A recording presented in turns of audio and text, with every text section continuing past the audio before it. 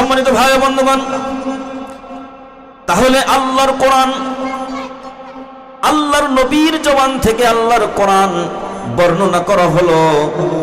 নবীজি ব্যাখ্যা বিশ্লেষণ করলেন, কোরআনের ওয়াজ করলেন।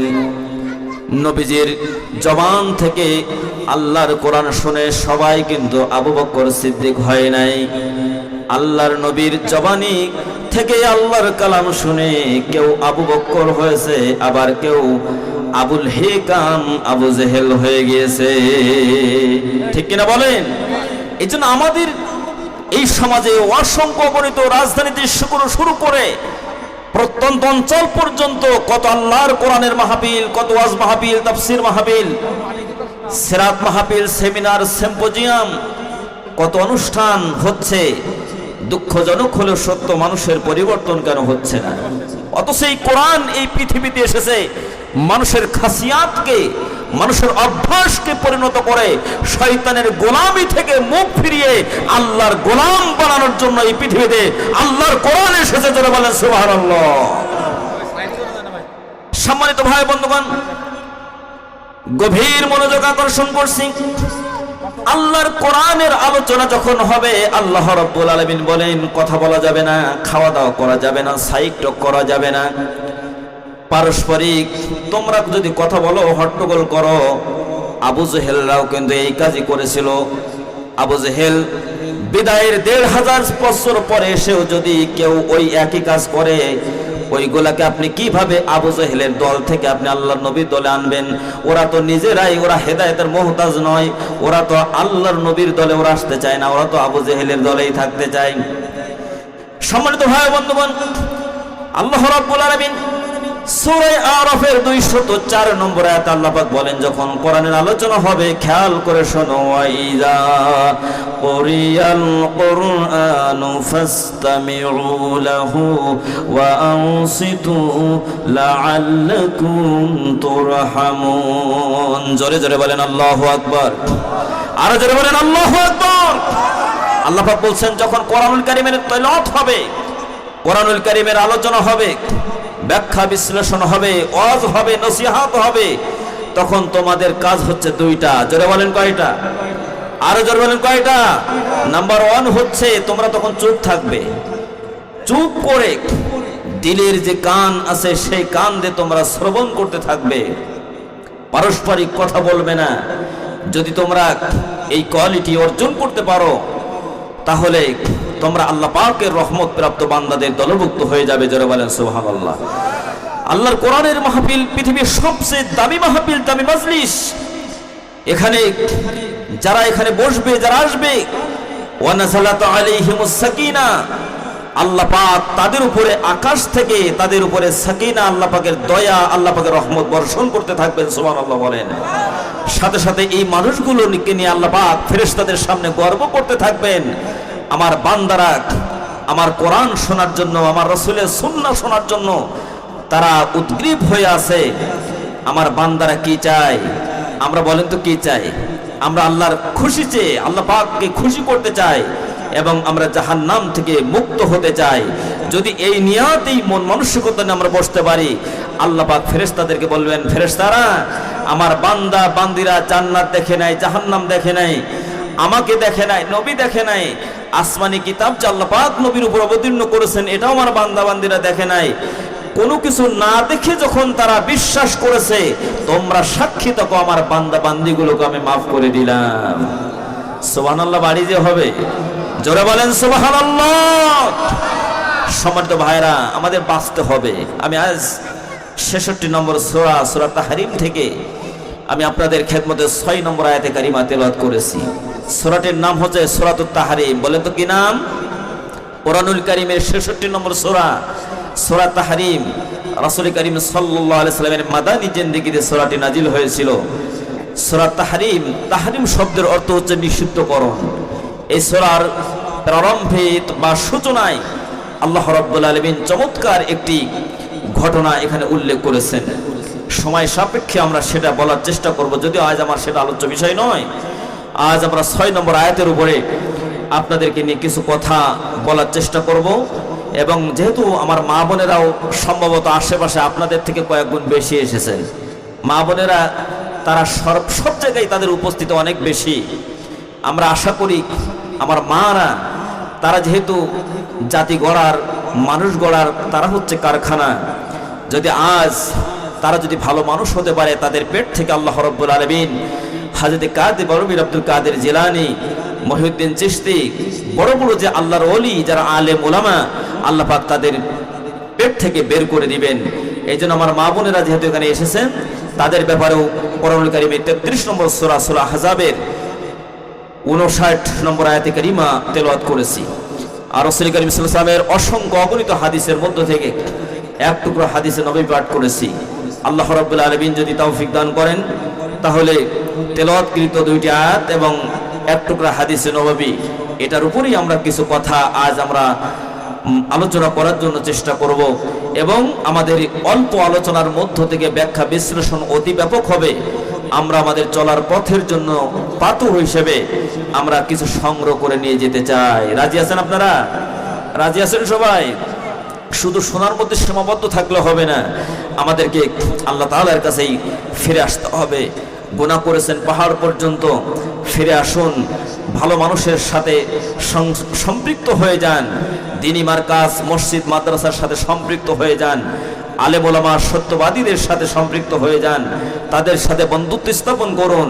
হয়তোবা এটার বদৌলতে আল্লাহ রাব্বুল আলামিন আপনাদের ভালো মানুষের কাতারে শামিল করে আপনাদেরকে জান্নাতের উপযুক্ত করে নেবেন। সুবহানাল্লাহ।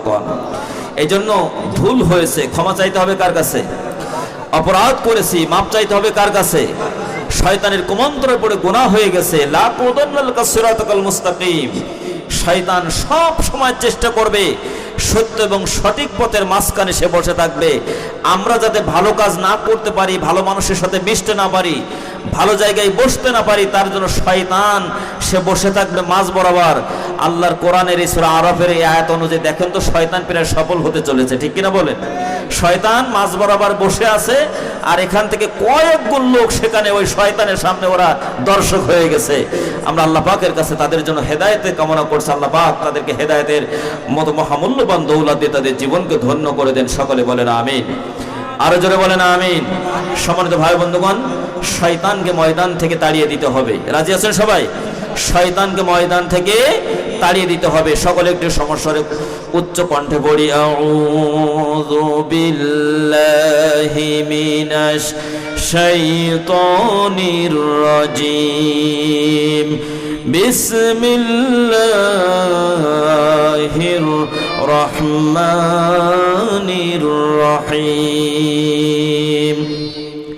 ইয়া আইয়ুহাল্লাযীনা আমানু কু আনফুসাকুম ওয়া আহলিকুম নারা وقودها الناس والحجارة عليها ملائكة غلاظ شداد لا يعصون الله ما أمرهم ويفعلون ما يؤمرون। صدق الله العظيم। সূরাতুত তাহরিম, কোরআনুল কারীমের 66 নম্বর সূরা, সূরা তাহরিমের 6 নম্বর আয়াতে কারিমা আপনাদের খেদমতে তেলাওয়াত করেছি। সূরাটিতে মোট আয়াত আছে 12টি এবং রুকু আছে 2টি। রাসূল করিম সাল্লাল্লাহু আলাইহি ওয়াসাল্লামের মাদানী জিন্দেগিতে এই সূরাটি নাজিল হয়েছিল। আল্লাহর নবীর যদি আপনি সমগ্র কোরআনুল কারীমের 114টি সূরার মধ্যে আপনি 2 ভাগ করেন মাক্কি এবং মাদানী জিন্দেগিতে, তাহলে আল্লাহ নবীর মাক্কি জিন্দেগিতে আপনার 86টি সূরা মাক্কি জিন্দেগিতে নাজিল হয়েছে, আর 28টি সূরা মাদানী জিন্দেগিতে নাজিল হয়েছে। মাদানী জিন্দেগিতে যে সূরাগুলো নাজিল হয়েছে, সেই সূরাগুলো মাক্কি জিন্দেগির সূরাগুলো থেকে অপেক্ষাকৃত একটু বড়।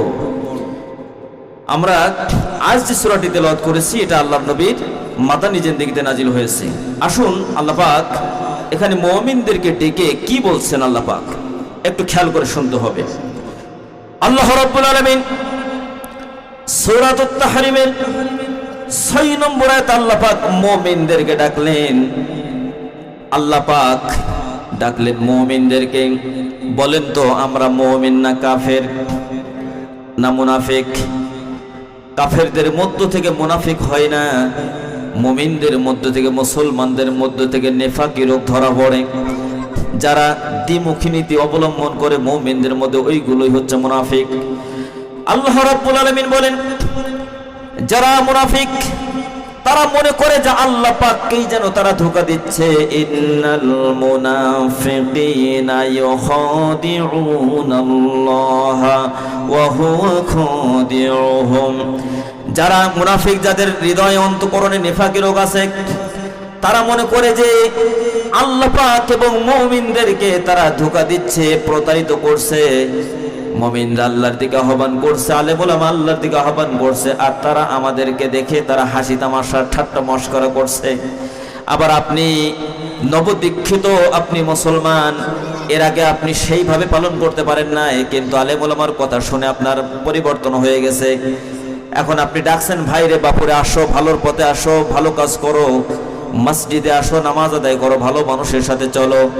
দেখবেন এই সমাজের কিছু মানুষ আছে যারা আপনাকে নিয়ে টিটকারি করবে, ঠাট্টা মশকরা করবে। আপনাকে বলবে, দেখেছো 2 দিনে বড় হুজুর হয়ে গেছে। এমন খাটাস মার্কা নামধারী মুসলমান আমাদের সমাজে আছে না নাই? সম্মানিত ভাই বন্ধুগণ, আল্লাহর নবী জনাবে মুহাম্মদ রাসূলুল্লাহ সাল্লাল্লাহু আলাইহি সাল্লামকে আল্লাহ পাক বলেন, ওগো নবীজি, যারা মুমিন তাদেরকে আপনি বলে দেন। আমি এখানে মুনাফিকের কথা বলছিলাম, যে যাদের হৃদয়ে অন্তঃকরণে নিফাকি রোগ আছে, দ্বিমুখী নীতি যারা অবলম্বন করে, এরা মূলত আল্লাহ পাক এবং মুমিনদেরকে ধোঁকা দিতে চায়। আল্লাহ পাক বলে, আল্লাহ পাককে কেমনে তোমরা ধোঁকা দেবা, বরং তোমরা তো নিজেদেরকে তোমরা ধোঁকায় ফেলে দাও। কঠিন এবং শক্ত কথা শুনে নাও, ইন্নাল মুনাফিকিনা ফিদ দারকিল আসফালি মিনান নার ওয়া লাউ তাজিদ লাহুম নাসীরা। জোরে জোরে বলেন আল্লাহু আকবার। সূরা নিসার মধ্যে আল্লাহ রাব্বুল আলামিন বললেন, যারা মুনাফিক, মুমিনদের সাথে যখন আপনি মিলিত হন তখন আপনি মুমিন হয়ে যান। যখন কাফেরদের সাথে যখন আপনি মিলিত হন তখন আপনি তাদের সেই খাসিয়াত আপনার ভিতরে ঢুকে যায়, লাউ ডোবা সাপের মতো। আপনি যেই গাছের সাথে, যেই পাতার সাথে মিলিত হয়ে যান, সেই পাতার রং আপনি ধারণ করেন। আল্লাহ বলছেন, এইগুলাই হচ্ছে মুনাফিক। কাল কিয়ামতের কঠিন ময়দানে এই নিফাকি রোগ নিয়ে যারা ময়দানে মাহশারে যারা উত্থিত হবে, তারা জাহান্নামের হিসাব নিকাশ হয়ে যাওয়ার পরে জাহান্নামের একেবারে নিম্ন দেশে তাদেরকে নিক্ষেপ করা হবে। আর যারা মুনাফিক, সেদিন তারা কাউকে সাহায্যকারী হিসেবে পাবে না। একটু জোরে জোরে বলা যাবে কি নাউজুবিল্লাহ। সম্মানিত ভাই বন্ধুগণ, আমার একান্ত আপনজনেরা, মা এবং বোনেরা, নিফাকি রোগ যদি আমাদের ভিতর ঢোকে, মুসিবতের মধ্যে পড়ে যাব, বিপদের মধ্যে পড়ে যাব। অথচ কেউ বিপদের মধ্যে পড়তে চায় না, আমরা সকলেই সফল হতে চাই। একটু জোরে বলেন ঠিক না বেঠিক? সম্মানিত ভাই বন্ধুগণ, এই জন্য আল্লাহ রাব্বুল আলামিন বলছেন, হয় মুমিন হও না হয় কাফের হও, মাঝখানে কিছু হয়ে যেও না, তাহলে বিপদের সীমা থাকবে না। সমগ্র কোরআনুল কারীমের মধ্যে আল্লাহ রাব্বুল আলামিন 90 জায়গায় আল্লাহ পাক তার প্রিয় ভাজন, আস্থাভাজন যারা মুমিন, তাদেরকে আল্লাহ পাক আহ্বান করেছেন, ইয়া আইয়ুহাল্লাযীনা আমানু উ আনফুসাকুম ওয়া আহলিকুম নারা। রাব্বুল আলামিন সূরাতুত তাহরিমের 6 নম্বর আয়াতের মধ্যে যারা মুমিন তাদেরকে আল্লাহ পাক ডাকলেন, ওহে ঈমানদার যারা, তোমরা নিজেরা বাঁচো এবং তোমাদের আহাল বর্গ যারা আছে, পরিবারের সদস্য যারা আছে, তাদেরকে তোমরা বাঁচাও। কোথা থেকে বাঁচাবেন? নারা, আগুন থেকে। এমন আগুন থেকে বাঁচানোর জন্য আল্লাহ পাক বললেন যে আগুন, যে অগ্নিকুণ্ড বানানো হবে, ওয়াকুদুহান নাসু ওয়াল হিজারা, যে অগ্নিকুণ্ডটা বানানো হবে মানুষ এবং পাথর দ্বারা। আল্লাহু আকবার বলেন। মানুষ এবং পাথর দ্বারা। কথাটা যত সহজে আমরা বলছি আর যত সহজে শুনতেছি, বাস্তবতা কিন্তু অত সহজ নয়, বাস্তবতা অনেক কঠিন। মনটাকে একটু নরম করে দেন, দিল কলিজা যদি ঠান্ডা হয়ে যায়, চোখ দিয়ে যদি পানি ছেড়ে দিতে পারি, আল্লাহর এই ভয়ে, আল্লাহর শাস্তির ভয়ে, জাহান্নামের অগ্নিকাণ্ডর ভয়ে, এই তীব্রতার ভয়ে পাথর পর্যন্ত কান্নাকাটি করেছে। আল্লাহ তুমি কোরআনে ওয়াজ করেছো, ওয়াকুদুহান নাসু ওয়াল হিজারা, মানুষ এবং পাথর দ্বারা তুমি জাহান্নামের অগ্নিকুণ্ড তৈরি করবে। রব্বুল আলামিন সেই জাহান্নামের আগুনের ভয়ে পাথর পর্যন্ত কান্নাকাটি করে। পয়গম্বর হযরত মূসা আলাইহিস সালামের জামানার ঘটনা শুনতেছেন সবাই? এই বাচ্চারা বসে পড়ি সহযোগিতা করি। পয়গম্বর হযরত মূসা আলাইহিস সালামের জামানার ঘটনা। হযরত মূসা আলাইহিস সালাম রাস্তা দিয়ে তিনি হেঁটে যাচ্ছেন, তিনি এমন ভাবে কান্নার আওয়াজ, গুনগুন করে কান্নার আওয়াজ তিনি শুনতে পেলেন। খেয়াল করে শুনি, মানুষ হয়ে আমরা কান্নাকাটি করতে পারি না, আমাদের মনটা নরম হয় না। জাহান্নামের তীব্রতার কথা শুনি, কিন্তু আমরা হাসি ঠাট্টার মধ্যে এগুলোকে আমরা উড়িয়ে দেওয়ার চেষ্টা করি। অথচ আল্লাহ পাক বলেন ফালযাহাকু কলিলাও ওয়াল আবকু কাসীরা, কম হাসো, বেশি বেশি করে কাঁদো। হাসির মধ্য দিয়ে দিল কলিজা মরে যায়। যদি হাসিটা তাবাসসুম হাসি না হয়, সুন্নতি পদ্ধতিতে যদি হাসি না হয়, তাহলে দিল কলিজাটা মরে যায়। আর যদি আল্লাহর ভয়ে, জাহান্নামের ভয়ে, জান্নাতের প্রত্যাশায় যদি কান্নাকাটি করতে পারো, তাহলে তোমার এই কান্নাকাটির কারণে তোমার দিল কলিজা পরিষ্কার হয়ে যাবে, তোমার দিল কলিজা সাফ হয়ে যাবে, তোমার কলব পরিষ্কার হয়ে যাবে। সর্বোপরি কান্নার বিনিময়ে আল্লাহ পাক রাজি হয়ে যাবেন। সুবহানাল্লাহ। কোন সম্মানিত ভাই বন্ধুগণ, মূসা আলাইহিস সালাম রাস্তাতে হাঁটতেছেন, কান্নার আওয়াজ তার কানে আওয়াজ আসে, কিন্তু কই আশেপাশে তো কোনো মানুষ নাই, কে কান্নাকাটি করে? তিনি যখন আশেপাশে তাকাচ্ছেন, কোনো মানুষ নাই, হঠাৎ খেয়াল করলেন পাশে বড় একটি পাথরের টুকরা আছে, এই পাথর কান্নাকাটি করতেছে। পয়গম্বর দাঁড়িয়ে গেলেন, জিজ্ঞাসা করলেন পাথরের কাছে, পাথর কেন কান্দো? পাথরের জবান আল্লাহ রাব্বুল আলামিন খুলে দিলেন আমাদের জন্য, আমাদের শিক্ষার জন্য। পাথর বলছে, পয়গম্বর আল্লাহ পাক কোরআনুল কারীমের মধ্যে ওয়াজ করেছেন, জাহান্নামের ইন্ধন বানাবেন মানুষ এবং পাথর দ্বারা। কিভাবে সহ্য করব এই ভয়ে আমি পাথর কান্দি। হযরত মূসা আলাইহিস সালাম আল্লাহ পাকের কাছে, আল্লাহর ভয়ে, জাহান্নামের ভয়ে যখন পাথর কান্দে, আল্লাহ পাকের কাছে তিনি দরখাস্ত করলেন, রব্বুল আলামিন জাহান্নাম থেকে বাঁচতে চায়, পাথর কান্নাকাটি করতেছে। আল্লাহ রাব্বুল আলামিন বলেন, পয়গম্বর তুমি পাথরকে বলে দাও আমি তার কান্না মঞ্জুর করে নিলাম, তার জন্য আমি আল্লাহ পাক দোজখকে হারাম করে দিলাম। জোরে বলেন সুবহানাল্লাহ। এই কথা বলার পরে হযরত মূসা আলাইহিস সালাম পাথরকে সান্ত্বনা দিয়ে তিনি চলে গেলেন। ফেরার পথে যখন ওই পথ অতিক্রম করছেন, আবারও তিনি শুনেন পাথর কান্দে। হযরত মূসা আলাইহিস সালাম জিজ্ঞাসা করলেন, পাথর কান্নার বিনিময়ে জাহান্নামের আগুন তোমার জন্য হারাম করা হয়েছে, তারপরেও কেন তুমি কান্দো? আগুন পাথর তখন জবাব দেয়, পয়গম্বর কান্নার বিনিময়ে যখন জাহান্নামের আগুন আমার জন্য হারাম হয়েছে, তখন আমি বুঝতে পেরেছি কান্নাটাই হচ্ছে আমার আল্লাহর কাছে অনেক বেশি প্রিয়। এই জন্য এতদিন কেঁদেছি শুধু জাহান্নামের আগুনের ভয়ে, আজকের থেকে কিয়ামত পর্যন্ত কাঁদবো আমি আমার আল্লাহকে হাত করার জন্যে। জোরে বলেন সুবহানাল্লাহ। প্রভু তুমি দয়া করো, তোমারে বান্দা বড় অসহায়। প্রভু তুমি দয়া করো, তোমারে বান্দা বড় অসহায়। পথহারা পথিক দেখো, পথহারা পথিক দেখো, কেঁদে কেঁদে ডাকে তোমায়, তোমারে বান্দা বড় অসহায়, তোমারে বান্দা বড় অসহায়। কালো মেঘে ঢাকা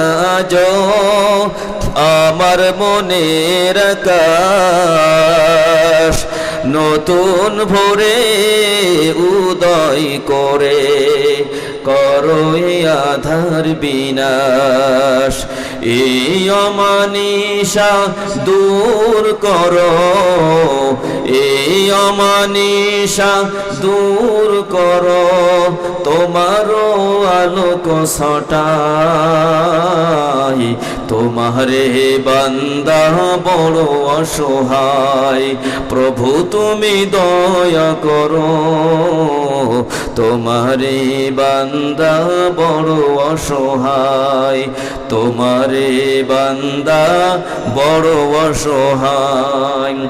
আর কতকাল বইব আমি এমন পাপের বোঝা,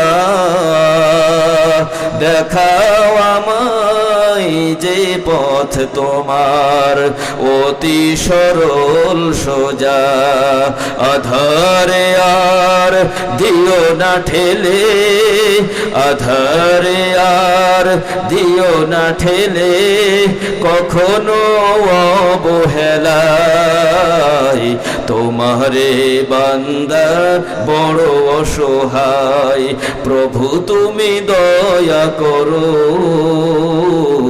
তোমারে বান্দা বড় অসহায়, তোমারে বান্দা বড় অসহায়। একটু জোরে বলেন মারহাবা। সম্মানিত ভাই বন্ধুগণ, এই জন্য আল্লাহ রাব্বুল আলামিন তাওবার দরজাকে তিনি খুলে রেখেছেন, তিনি বন্ধ করেন নাই। আমরা যদি আল্লাহ পাকের কাছে আমরা যদি ফিরে আসতে পারি, আমরা যদি ধর্ণা দিতে পারি, জাহান্নামের আগুন থেকে বাঁচার জন্য যদি আমরা চেষ্টা করতে পারি, সেই অনুযায়ী ঈমান আছে, আমলের পরিধিটাকে আমরা যদি সেভাবে গুছিয়ে নিতে পারি, আল্লাহ রাব্বুল আলামিন নিজ দায়িত্বে আমাদেরকে জান্নাতে পৌঁছে দিবেন। জোরে বলেন সুবহানাল্লাহ, আর জোরে বলেন সুবহানাল্লাহ। এই জন্য আল্লাহ রাব্বুল আলামিন তার নবীর মাধ্যমে আমাদেরকে জানাচ্ছেন, ওহে ঈমানদারগণ, তোমরা নিজেরা জাহান্নামের আগুন থেকে বাঁচো এবং তোমাদের আহাল বর্গ যারা ফ্যামিলি মেম্বারস যারা আছে তাদেরকে জাহান্নামের আগুন থেকে বাঁচাও।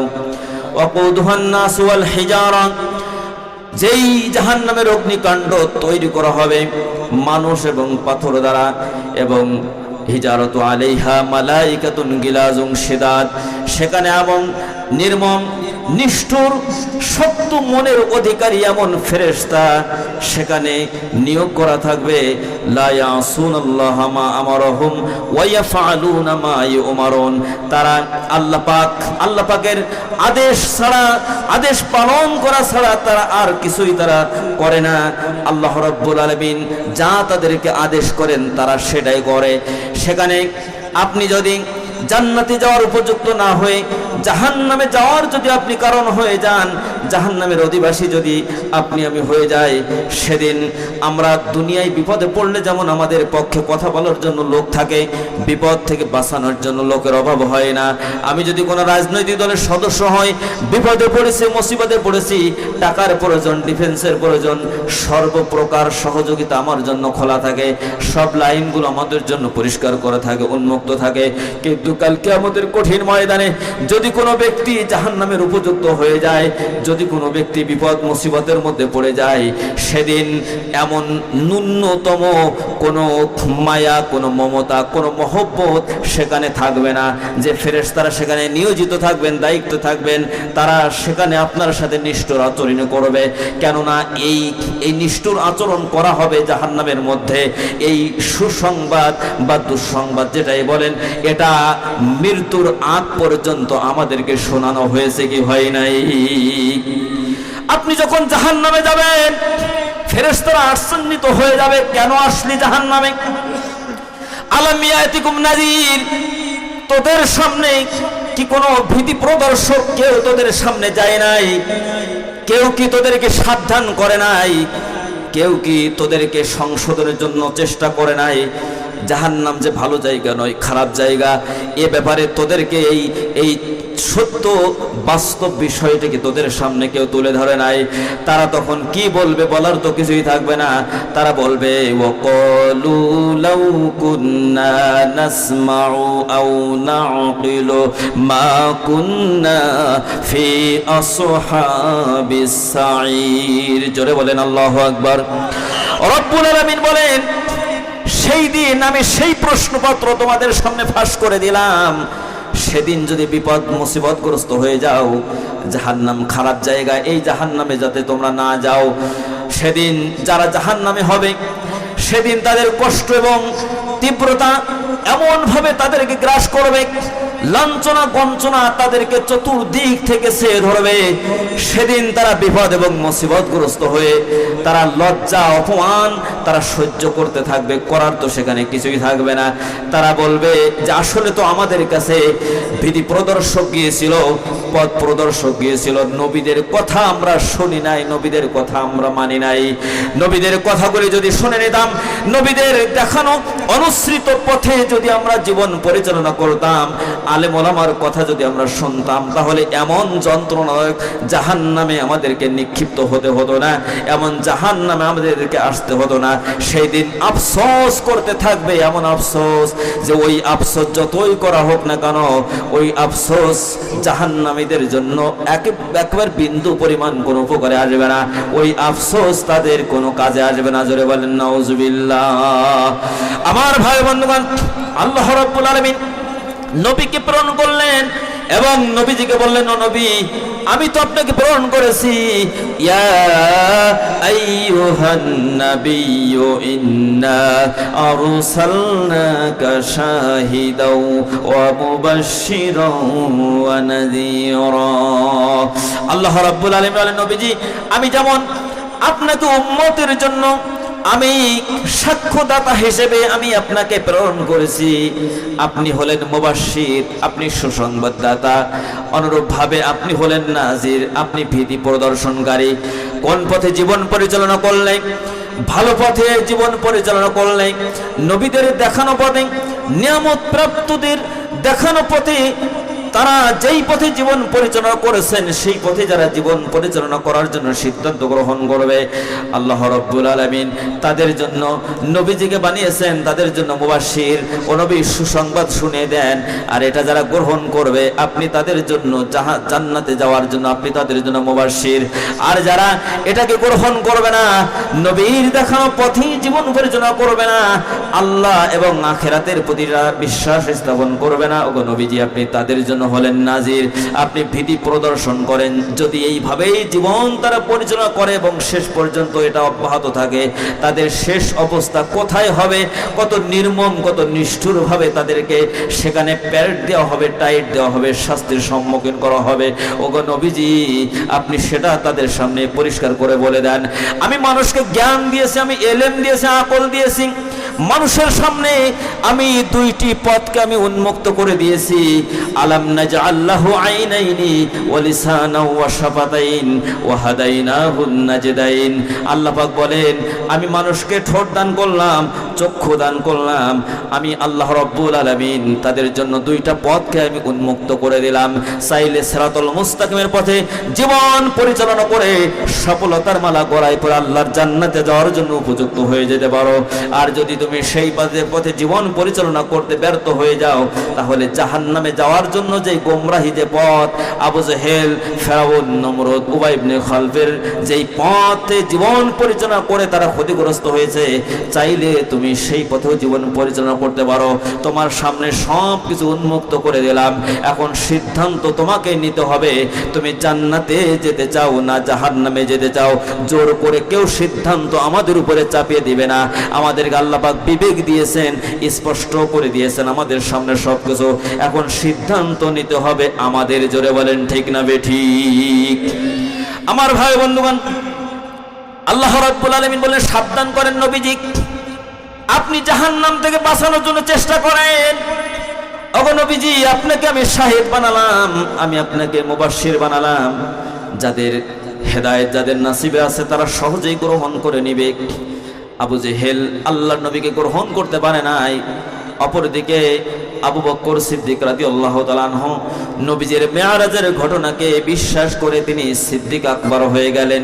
এই জন্য কবি কত চমৎকার করে বলছেন, নবীর কথা মানবে যারা, নবীর কথা মানবে যারা হবে জান্নাতি, না মানিয়া আবু জেহেল হইল দোজকি, না মানিয়া আবু জেহেল হইল দোজকি। জোরে বলেন ঠিক না বেঠিক? আমার ভাই বন্ধুগণ, গভীর মনোযোগ আকর্ষণ করছে মা বোনেরা, আপনাদের জন্য কিছু নসিহাত আমি যেহেতু সূরা আহজাবের 59 নম্বর আয়াতের আমি পুরো আয়াতে কারিমা আপনাদের খেদমতে তেলাওয়াত করেছি, সেখান থেকে আপনাদের উদ্দেশ্যে কিছু কথা হবে। এই যে দিনের মার্কাজ মাদ্রাসা এখানে আছে, মাদ্রাসার প্রতি নজর রাখা দরকার, মাদ্রাসার দিকে খেয়াল রাখা দরকার। এই প্রতিষ্ঠান যদি টিকে থাকে, যতদিন টিকে থাকবে, এলাকাবাসীর জন্য যারা মৃত্যুবরণ করেছে তাদের জন্য নাজাতের কারণ হবে, যারা বেঁচে আছে তাদের জন্য হেদায়েতের আলোক বর্তিতা হিসেবে এই প্রতিষ্ঠান আলো ছড়াবে। এই জন্য আল্লাহর নবী জনাব মুহাম্মদ রাসূলুল্লাহ সাল্লাল্লাহু আলাইহি সাল্লাম চমৎকার ভাবে বললেন, তাআল্লামুল ফারাইদ ওয়াল কুরআন ওয়া ইউআল্লিমুন নাস ফাইন্নী মাকবুদ। আল্লাহর নবী বলেন, তোমরা ফরজ সমূহ তোমরা শিক্ষা গ্রহণ করো এবং কোরআনুল কারীমের জ্ঞান তোমরা শিক্ষা গ্রহণ করো, কেননা আমি নবী মুহাম্মদ রাসূলুল্লাহ সাল্লাল্লাহু আলাইহি সাল্লাম অনন্তকাল কিন্তু এই পৃথিবীতে আমি বেঁচে থাকবো না। আমি যখন জন্ম নিয়েছি আমার ওফাত একদিন হবে। একটু জিকির করেন, লা ইলাহা ইল্লাল্লাহ, জোরে লা ইলাহা ইল্লাল্লাহ, সুবহানাল্লাহ ওয়ালহামদুলিল্লাহ, লা ইলাহা। আসমানে আল্লাহ, জমিনে আল্লাহ, পাহাড়ে আল্লাহ, পর্বতে আল্লাহ, লা ইলাহা ইল্লাল্লাহ, জোরে লা ইলাহা।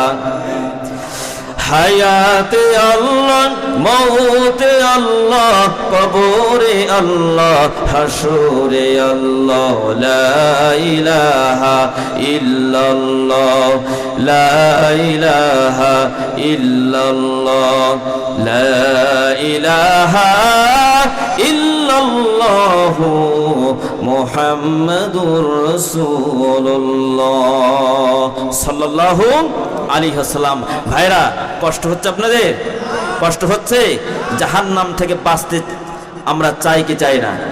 জোরে বলেন, জাহান্নাম থেকে বাঁচার দরকার আছে না নাই? শুধু কি একাই বাঁচবেন, না পরিবার আহাল বর্গ আশেপাশে যারা আছে তাদেরকে বাঁচানোর চেষ্টা করতে হবে?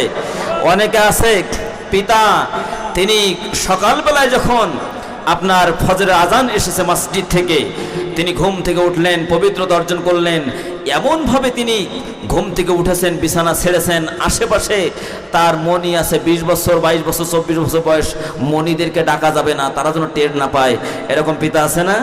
তারা নিজেরা বাঁচার জন্য তারা মসজিদে যাচ্ছে, ভালো কাজ করছে, কিন্তু এই যে তার পরবর্তী প্রজন্ম যারা, আজকের এই প্রজন্মের আগামী দিনের ভবিষ্যৎ, আপনার এই সন্তানকে আপনি ছোট বয়সে আপনি তাকে ডাকছেন না, তাকে আপনি সেই তালকিন দিচ্ছেন না, আপনি তাকে সেই শিক্ষা দিচ্ছেন না। এই সন্তান যখন বড় হবে, সে যখন মোটাকোটা হয়ে যাবে, একটি গাছ যদি বাঁকা করে লাগান, ওই গাছটি প্রয়োজন মতো সোজা করা যাবে, কিন্তু গাছটা মোটা হয়ে গেছে, ওই গাছটাকে যখন আপনি সোজা করতে যাবেন, গাছ তো সোজা হবে না, আমি সোজা হয়ে যাব, ঠিক কিনা বলেন? তো এরকম সন্তানাদি যখন ছোট থাকে, কাদা মাটির মতো, আপনি যেভাবে চান তাদেরকে আপনি সেভাবে আপনি লালন পালন করবেন, তাদেরকে সেভাবে বুঝাবেন, মানুষের মতো মানুষ হিসেবে তৈরি করবেন। আপনি সেই সময় সেই শ্রম, সেই মেধা, সেই চেষ্টা আপনি করেন নাই, কিন্তু সন্তানাদি যখন মোটা হয়ে গেছে, আপনি পরিবার থেকে আপনি অবসর নিয়েছেন, এখন আপনার কথা আপনার স্ত্রীও শোনে না, আপনার বাচ্চা কাচ্চাও শোনে না।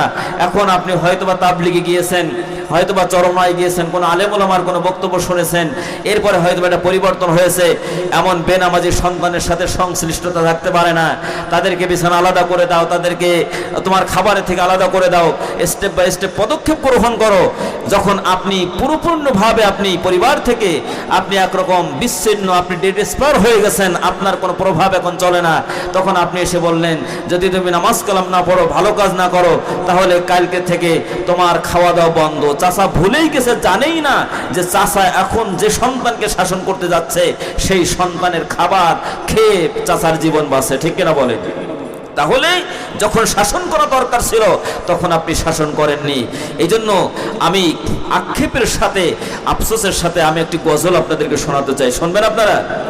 আগে কি সুন্দর দিন কাটাইতাম আমরা, আগে কি সুন্দর দিন কাটাইতাম। আমার সাথে একটু গাওয়া যাবে? মুরব্বী বাবাজিরা, যুবকেরা সবাই একটু গেলেন, আমাকে কি সুন্দর দিন কাটাইতাম আমরা, আগে কি সুন্দর দিন কাটাইতাম।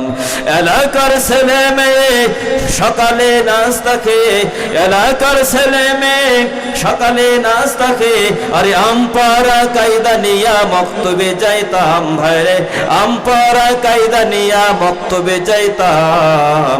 আগে কি সুন্দর দিন কাটাইতাম আমরা, আগে কি সুন্দর দিন কাটাইতাম।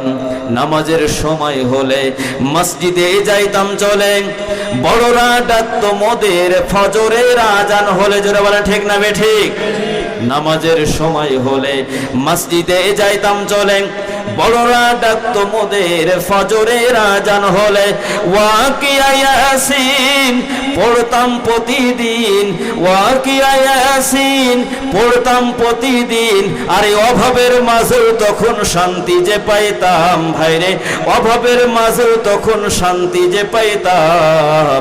আগে কি সুন্দর দিন কাটাইতাম আমরা, আগে কি সুন্দর দিন কাটাইতাম। আপনারা বলছেন না? বলছেন না? এটা পরিচিত একটা গান। এই গানে এই সুরে একাধিক গান কিন্তু আমাদের বাংলা গান আছে। কাজেই মুরব্বীরা গুনগুন করে কিন্তু অনেকে গান, সুর না থাকতে পারে, গাওয়া যাবে সকলে। আগে কি সুন্দর দিন কাটাইতাম আমরা, আগে কি সুন্দর দিন কাটাইতাম। এই মোবাইল এত ছিল না ভাই, এই প্রেম প্রীতি বুঝতাম না তাই, মোবাইলে ছলনা করার ছিল না কোনো উপায়। চিল্লা ঠিক না ঠিক? মোবাইল তো ছিল না ভাই, উল্টা পাল্টা বুঝতাম না তাই, মোবাইলে ছলনা করার ছিল না কোনো উপায়। আলেমের কদর ছিল, বড়দের সম্মান ছিল, আলেমের কদর ছিল, বড়দের সম্মান ছিল। আরে জানি না এই যুগে এখন কি হইল ভাইরে, জানি না এই যুগে এখন কি হইল। আগে কি সুন্দর দিন কাটাইতাম আমরা, আগে কি সুন্দর দিন কাটাইতাম, আগে কি সুন্দর দিন কাটাইতাম আমরা, আগে কি সুন্দর দিন কাটাইতাম। মারহাবা বাড়ি যে হবে, জোরে বলেন মারহাবা। এখনো যদি আপনারা চিল্লাইতে না পারেন, বাহিরে যারা আছে শয়তানি দিলি তোরা আসবে কেমনে? ওরা বলছে ওরা তো ভিতরে যেগুলো আছে সব ফ্রিজ হয়ে গেছে, ঠান্ডা হয়ে গেছে। আপনারা কি ঠান্ডা হয়ে গেছেন? দেখে লিল্লাহে তাকবীর, লিল্লাহে তাকবীর। আল্লাহ রাব্বুল আলামিন শেষ পর্যন্ত এই কণ্ঠকে আমাদের যেন নাজাতের জন্য কারণ হিসেবে আল্লাহ পাক এই সময়কে, শ্রমকে আল্লাহ পাক যেন কবুল করেন। সকলে বলেন আমিন, আর যারা বলেন আমিন। সম্মানিত ভাই বন্ধুগণ, আল্লাহ নবীর উপরে যখন কোরআনুল কারীমের আয়াত নাজিল হলো, নবীজি এই অসঙ্গতি যখন এই সমাজের মধ্যে দেখলেন, আপনারা জানেন আমি কয়েক মাস আগে আল্লাহর নবীর সেই খানায় কাবা, আমি মক্কা মদিনা সফর করে এসেছি, উমরা করে এসেছি। আমার শরীরে যে পোশাকটি দেখছেন, ওখান থেকে সেই পোশাকটি যে আমার গায়ে দেখছেন, আল্লাহর নবীর একেবারে আল্লাহর নবীর মসজিদ নববীর পাশে যে মার্কেট আছে সেখান থেকে আমি স্বচক্ষে যেগুলো দেখেছি অনেক কিছুই সামনাসামনি শেয়ার করার জন্য চেষ্টা করি। আমার ভাই বন্ধুগণ, নবী করিম সাল্লাল্লাহু আলাইহি সাল্লাম মক্কার অদূরে হেরা গুহায় তিনি চলে গেলেন। এই যে মানুষের মধ্যে যে বাড়াবাড়ি, যে হানাহানি, যে কাটাকাটি, মারামারি, মানুষ যে ইসলাম বহির্ভূত জীবন যাপন করছে, বড়দের সাথে সম্মান নাই, ইজ্জত নাই, সন্তানের সাথে পিতামাতার সংশ্লিষ্টতার সম্পর্ক, সে মহব্বত নাই, স্বামী স্ত্রীর মধ্যে সুসম্পর্ক নাই, মহব্বত নাই, ভালোবাসা নাই। আল্লাহ নবী এই যে সমাজের মধ্যে যে অসঙ্গতিগুলো নবী দেখলেন, নবীজির হৃদয়ের মধ্যে দারুণভাবে পীড়া দিতে লাগলো। ওই সমাজটা এমন বর্বর, এমন অসভ্য ছিল। মেয়ে সন্তান জন্মগ্রহণ করেছে, এটা তারা অপমান মনে মনে করত ওরা মেয়ে সন্তানদেরকে ওরা আছাড় মেরে মেরে ফেলে দিত। কাল কিয়ামতের কঠিন ময়দানে এই মেয়েদের কাছে প্রশ্ন করা হবে, ওয়াইদাল মাউউদাতু সুইলাত বিআইয়ি যামবিন কুতিলাত, কোন অপরাধে তাদের কাছে প্রশ্ন করা হবে এই মেয়েদেরকে কোন অপরাধে হত্যা করা হয়েছিল, এই মেয়েদেরকে কোন অপরাধে মেরে ফেলা হয়েছিল। তাদের অপরাধ আর কিছুই ছিল না, অপরাধ ছিল তারা হচ্ছে নারী, এই কারণে তাদেরকে মারা হতো। আল্লাহর নবী এই পৃথিবীতে আসলেন, ওই গর্ত থেকে তুলে আমার মা বোনেদেরকে রানিং সিংহাসনে বসাই দিলেন এবং আল্লাহর নবীর ঘোষণা করলেন, আল জান্নাতু তাহতা আকদামিল উম্মাহাত, মায়ের পায়ের নিচে আল্লাহ রাব্বুল আলামিন বেহেশত রেখে দিয়েছেন। জোরে বলেন সুবহানাল্লাহ। আমার ভাই বন্ধুগণ, নবীজির মনের মধ্যে পীড়া দিচ্ছে একজন আল্লাহর নবী, কিভাবে তিনি স্বাভাবিকভাবে, তিনি মানসিকভাবে কিভাবে আপনি সুস্থ থাকতে পারেন? আপনি একজন মুসলমান, আপনি একজন ইমানদার, আপনি কিভাবে মানসিকভাবে শারীরিকভাবে অসুস্থ না হলেও এই যে আমাদের সমাজের মধ্যে যে অসঙ্গতিগুলো আছে এগুলো থেকে মানসিকভাবে তো সুস্থ থাকা যায় না। আপনি দেখেন চতুর্দিকে অন্যায়, অবিচার, রাহাজানি, মারামারি, কাটাকাটি, সামান্য তুচ্ছ ঘটনাকে কেন্দ্র করে বছরের পরে বছর, যুগের পরে যুগ চলছে, এর কোনো পরিসমাপ্তি দেখা যায় না। আপনি স্বাভাবিকভাবে কিভাবে আপনি মানসিকভাবে সুস্থ থাকতে পারেন? আমরা তো মানসিকভাবে সুস্থ থাকতে পারি না। আল্লাহর নবী তাকেই হৃদয়ের মধ্যে যে তাকে কষ্ট দিচ্ছে, পীড়া দিচ্ছে, আল্লাহর নবী মক্কার অদূরে হেরা গুহার উপরে তিনি চলে গেলেন। কত উচ্চ সেই গুহা, সেখানে যে আল্লাহর নবী গবেষণা করছেন কিভাবে এই শোষিত বঞ্চিত মানুষের জন্য মুক্তির পথকে উন্মোচন করা যায়। আল্লাহর নবী যখন বয়স 40 বছর পূর্ণ হয়ে গেল, আল্লাহ রাব্বুল আলামিন স্বর্গীয় দূত হযরত জিবরিল আলাইহিস সালামকে পাঠিয়ে দিলেন। আল্লাহর নবীকে যে জিবরিল আলাইহিস সালাম সর্বপ্রথম তাকে বললেন, নবীজি ইকরা, আপনি পড়ুন। বলেন তো কি বললেন? ইকরা, আপনি পড়ুন। আল্লাহর নবী আমাদের এই জাগতিক এই দুনিয়ায় কোনো স্কুল, কলেজ, মাদ্রাসা, ইউনিভার্সিটিতে তিনি লেখাপড়া করেন নাই। তিনি কেমনে একজন পড়তে বলবেন আর তিনি পড়বেন? আল্লাহর নবী তিনি এইভাবে লেখাপড়া তিনি করেন নাই।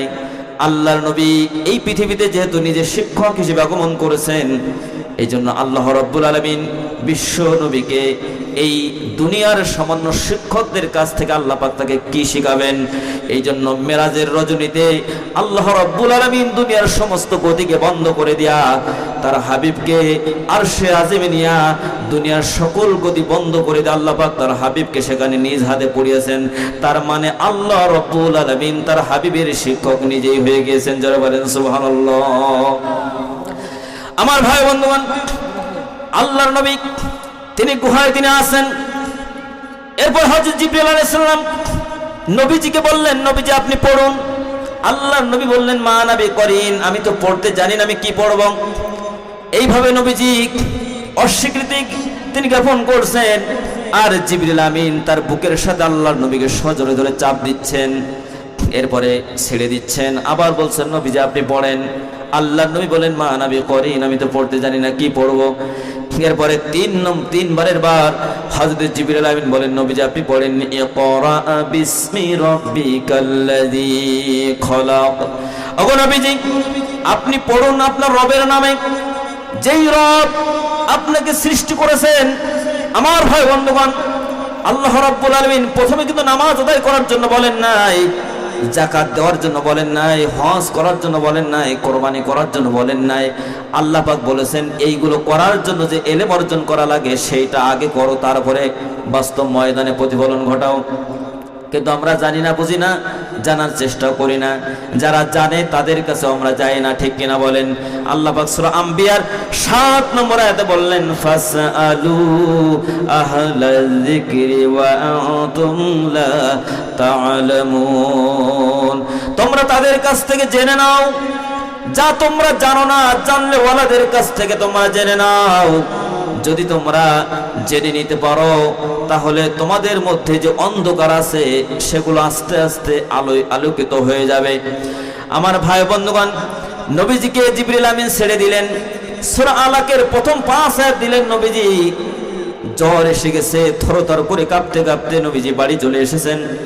বাড়ি এসে উম্মুল মুমিনিন আমাদের মা আম্মা জানায় হযরত খাদিজাতুল কুবরা রাদিয়াল্লাহু তাআলা আনহাকে ডেকে বলছেন, খাদিজার জীবনে যা কিছু দেখে এমন বিস্ত আমি দেখি নাই যা আমার সাথে সংঘটিত হয়েছে।